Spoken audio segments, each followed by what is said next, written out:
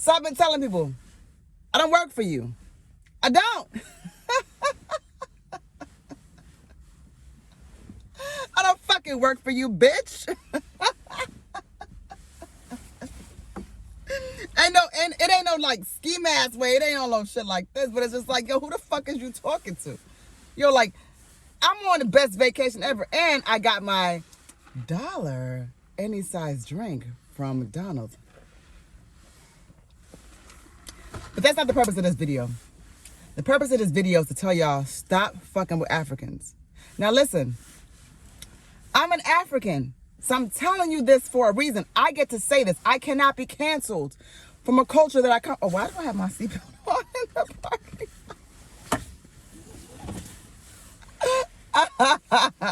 Anywho, listen to what I'm saying to you. I bring this up because I was in a virtual birthday party last night, and it was very, apropos in the moment to talk about this.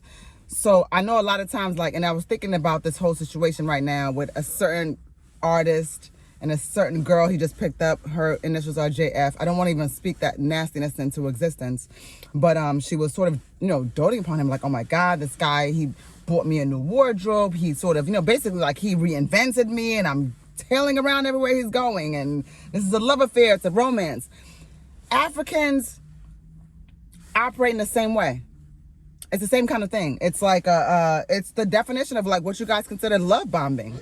It's like, you have this intense, hardcore 48-hour romance, right? And all of a sudden it just crashes and burns. So like, don't date Africans. What you can do, because I'm not saying that this lady shouldn't have fun with this man. I'm just saying that like she should appreciate the moment like that they're in, like, and just like have fun in the moment. And like when he fucking gets rid of your ass because you just not good enough or whatever reason, just like move on. Y'all ain't even got to be enemies in the shit. Just be like, all right, cool. Like, you know what I'm saying? Good luck with the next girl. Like, you know what I'm saying? It ain't that deep. But I wanted to tell y'all a story. That stuff is not important. I want to tell y'all a fucking story. So the story is that when my mother was younger, like my mother was like maybe like in her 20s to maybe like pushing 30, she had a friend, and this particular friend of hers had found an African lover, and this African man was so sweet to her and so good, and he was just like promising her the world, and I mean, they had like, it was an amazing connection. But my mother has always told me, and my mother, for all of her whatever she is, you know what I'm saying? And I've never even hid that my mother has, she's just a different type of person. But one thing about her is that she has very strong street intellect. She's very intuitive, and she just knows like when something ain't right. If my mother says it's not right, she's the person, like if she says it's not right, right?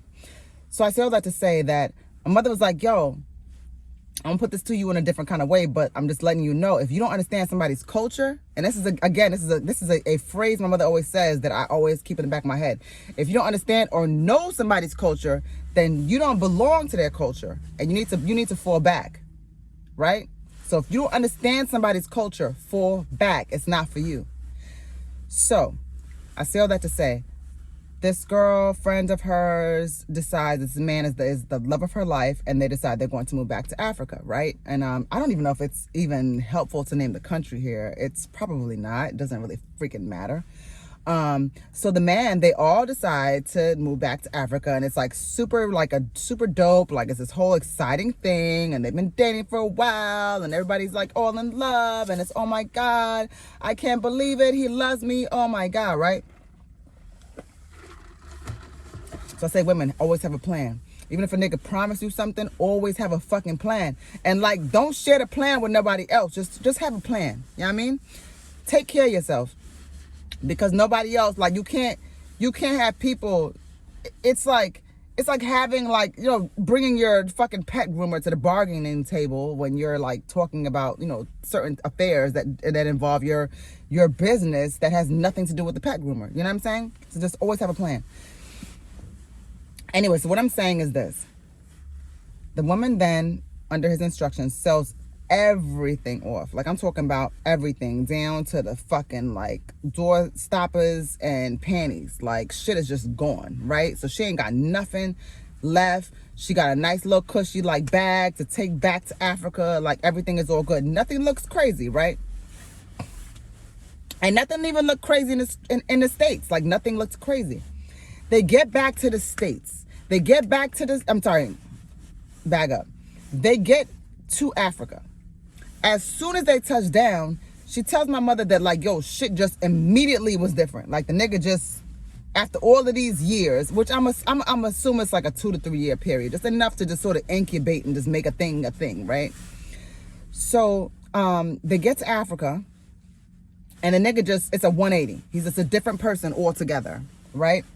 And he's just cold, callous, like just different. Like just like, yo, who are you? Like you're not even the person that I thought you were, right? Like you're just, who the fuck are you? Right. And so, yo, she wake up one day, this man done confiscated her fucking passport, threw her in like someplace she didn't know where the fuck she was. Yo, this lady had to literally like raise funds. Like she was basically on her fucking hands and knees, probably literally, right? Raising funds from the U.S. Embassy. Excuse me. To get back home to the U.S. And I don't know the particulars in terms of that. I don't want to necessarily like, you know, like trigger my mom, be like, yo, remember that time your homegirl was broke and, you know, they took all her shit? You know, that's not cool. And my mother's an asshole, so she's the type of person that'll probably be like, girl, remember that time you was sick and, you know, that nigga took all your shit? My mother would do some shit like that, so I wouldn't do that. But I say all that to say, because I shouldn't even know this information, right? That's messy. We'll get into that another time. Anyways, I say all that to say this, like, yo, like, niggas that just do some shit like that to you. So, like, don't put your worth into a man. And, like, even if people think you're doing that, make sure you have a plan. Like, just shit should...